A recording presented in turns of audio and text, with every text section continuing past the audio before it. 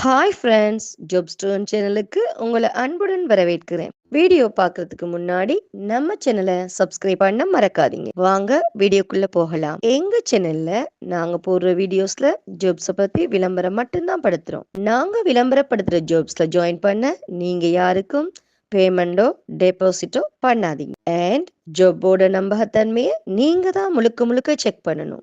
நாங்க ஜஸ்ட் உங்களுக்கு ஒரு இன்ஃபர்மேஷன் மட்டும்தான் கொடுக்கிறோம். ஸோ வாங்க இன்னைக்கான ஜாப்பை பத்தி பார்க்கலாம்.